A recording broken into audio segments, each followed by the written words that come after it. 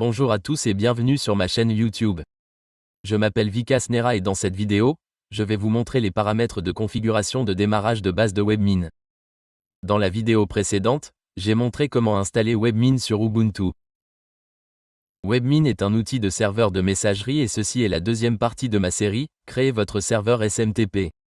Nous allons créer un serveur de messagerie avec Webmin dans cette vidéo.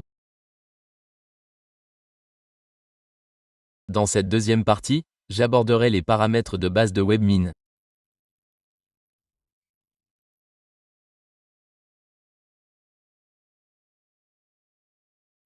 Si vous n'avez pas vu la première partie, vous pouvez regarder comment j'ai installé le serveur de messagerie postale.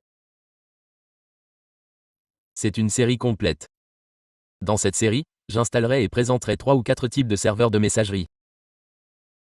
J'aborderai leur configuration, entre autres, et leur gestion DNS. C'est une formation complète qui prendra du temps, il est donc conseillé de la regarder dans son intégralité.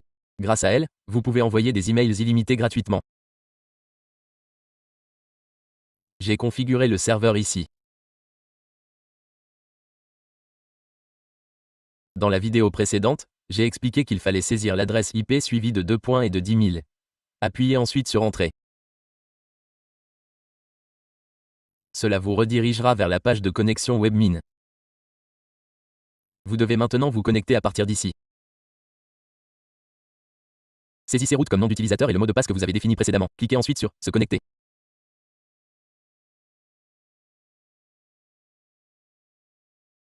Après vous être connecté, vous verrez quelques options de configuration de base dans Webmin. Nous les compléterons ici. Cliquez d'abord ici.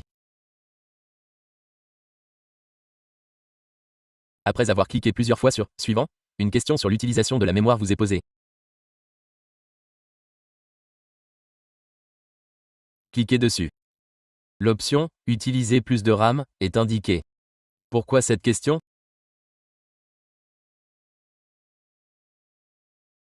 Sélectionnez Oui et cliquez sur Suivant.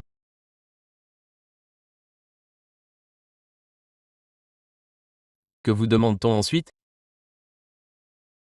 Exécuter l'analyseur de serveur ClamAV. L'option Activer un analyseur pour un traitement plus rapide des emails est demandée. Sélectionnez Oui. Cliquez ensuite sur Suivant. L'option Exécuter le filtre anti-spam est indiquée. Cette option doit également être activée.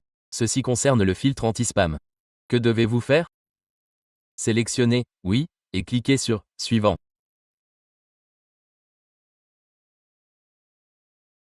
L'option Quel serveur de base de données MySQL utiliser est demandée. Ou exécutez le serveur de base de données PostgreSQL et choisissez MySQL.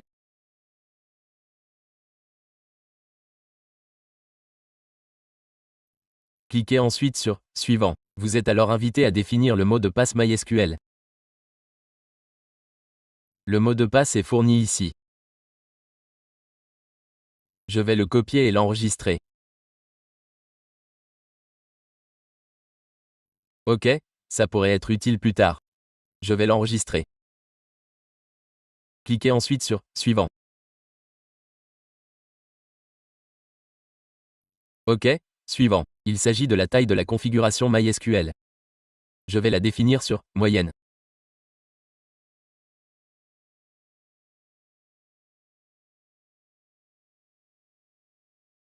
Sélectionnez Système moyen. Cliquez ensuite sur Suivant. Ignorez ensuite la partie concernant les serveurs de nom et autres. Ignorez la vérification et cliquez sur Suivant.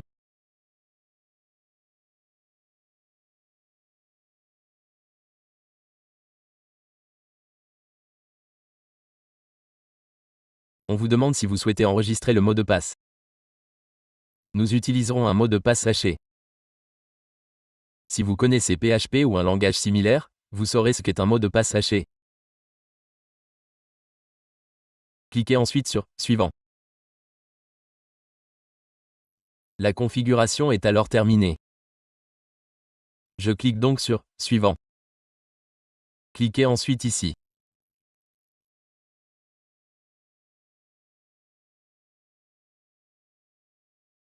Revérifier et actualiser la configuration.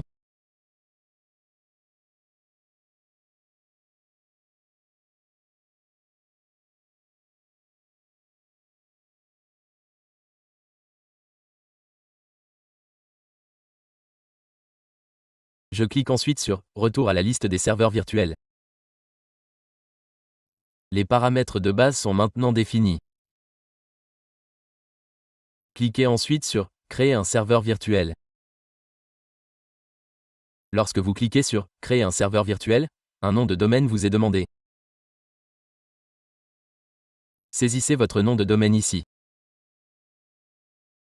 Après avoir saisi le nom de domaine, vous devez fournir un mot de passe ici. OK, je saisis le mot de passe de mon choix. Ensuite, il y a la section « Activer les fonctionnalités ». Cochez la case « Configurer le site web SSL ».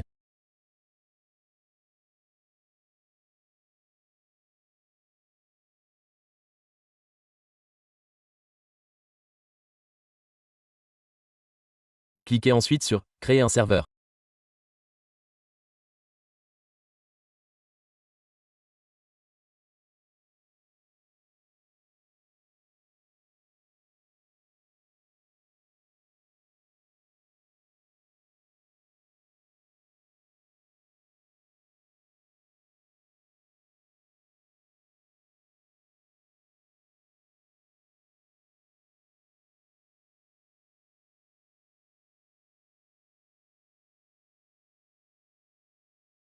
Je clique sur « Retour » pour accéder aux détails du serveur virtuel.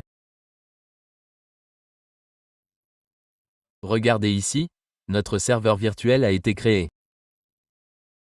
Le serveur virtuel est maintenant configuré. Dans cette vidéo, je vous ai montré les paramètres de base et comment nous avons créé un serveur virtuel pour ce domaine. OK. Dans la vidéo suivante, j'expliquerai comment configurer ce domaine. Nous allons le connecter à cette adresse IP et y installer SSL. Ne manquez pas la vidéo suivante. Nous terminerons la configuration SSL et sa configuration de base. C'est tout pour cette vidéo. Si vous avez aimé la vidéo, abonnez-vous à ma chaîne YouTube. Merci de votre visite.